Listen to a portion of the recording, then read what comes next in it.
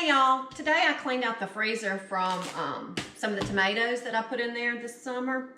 It's hunting season, so I really need to free up some freezer space for the deer meat. So what I did this summer, I didn't have time to process all of these tomatoes this summer, so I washed them. A lot of them I cored them and popped them in these freezer bags. So I probably have 25 to 30 pounds of tomatoes in these bags.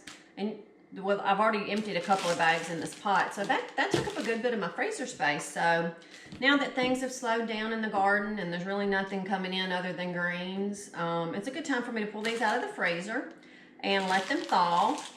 And tomorrow, when everything's thawed and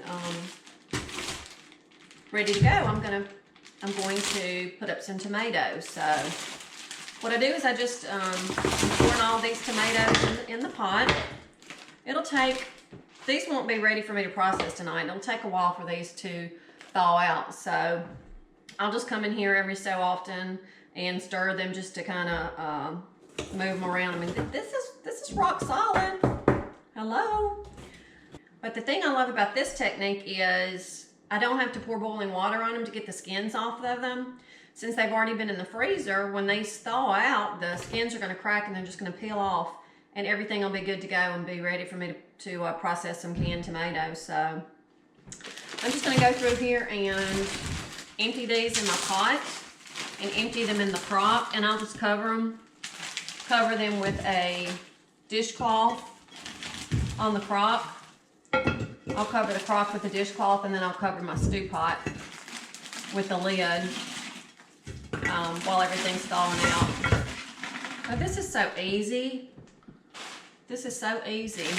And you can see this took up a lot of room in my freezer, so it's going to be nice to free up some freezer space for when we start harvesting our deer. Oh, goodness gracious. I may have to get another big pot. Maybe I can fit all these in here. One of the reasons I think I'm going to like this technique is with my old technique, I would put my tomatoes in the clean sink and then pour boiling water on them to scald the skins so they would fall off.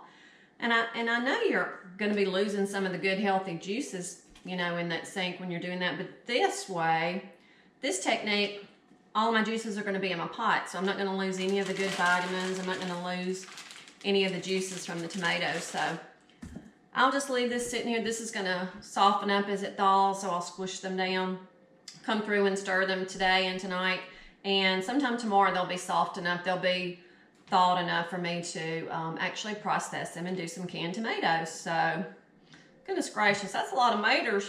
It freed up a lot of freezer space. So all right, so I'm done with this project for the day, and I will check back with y'all tomorrow after these have thawed enough for me to actually make some tomato sauce out of them.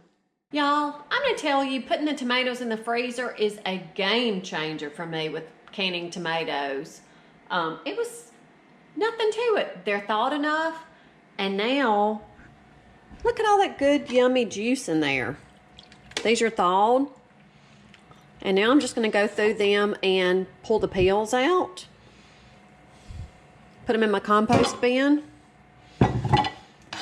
And then I'm gonna be ready to can these big bad boys. This is so much faster than the way I used to do them. I would recommend coring the tomatoes before you do this next time. I did about half of mine cored and half of them with the core still in. But one of the good things about that is a Thorburn terracotta. I can tell by looking at that one. It's supposed to be that color, supposed to be orange like that. One of the great things about using this technique for canning tomatoes is it cuts the process down in probably half the time it normally takes me to peel the tomatoes, and it lets me be able to can my tomatoes when I have time on my own schedule. So those little white looking things, I'll go ahead and take those out. Those don't look very appealing to me, so I'll go ahead and take those out of there. So look at that. How easy is that? A beautiful tomato that's been cored frozen, and now the skins just come right off. And whatever skins I miss getting off, they'll float to the top when I'm actually processing the tomatoes. So I wash these real well before I put them in the freezer bags, and quart about half of them. If you want to, I don't get the seeds out of my tomatoes. I like them being in my tomato sauce. So you can just squeeze them like that and get all the pulp out.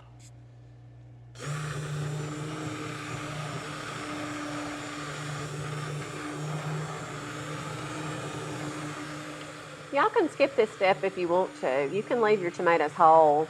I just like to get mine kind of juicy. Some people don't really like chunks of tomatoes in their soup and stew, so this is your own preference. I don't always do this step.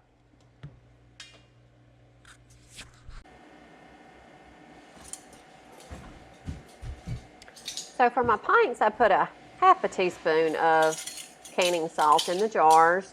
And for my quarts, I put a whole teaspoon of canning salt in the jars.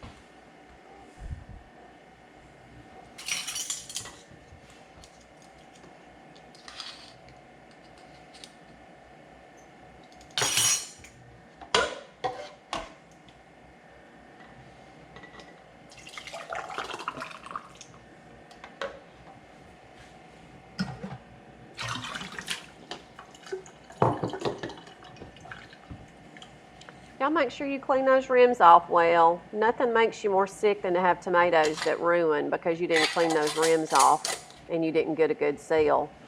I've learned that the hard way, y'all.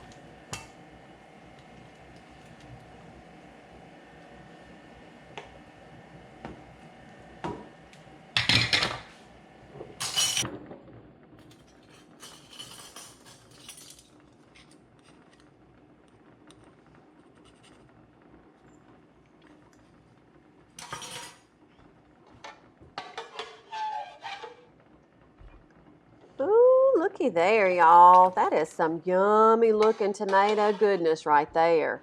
Ooh, that's got my mouth watering, y'all.